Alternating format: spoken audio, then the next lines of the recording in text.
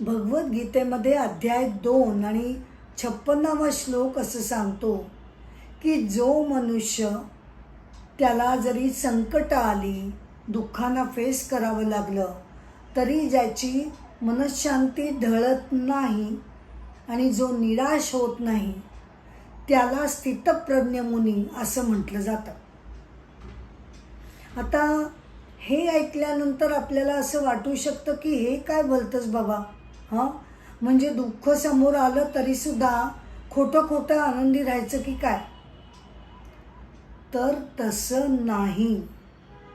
उलट मनुष्यानं त्यावेळेला व्यक्त होणं हे गरजेचं असतं. आपल्या भावनांना कुठेतरी निचरा करून देणं, मन मोकळं करणं, रडणं हे अत्यंत आवश्यक असतं. याचा अर्थ असा आहे की आयुष्य म्हटलं ना की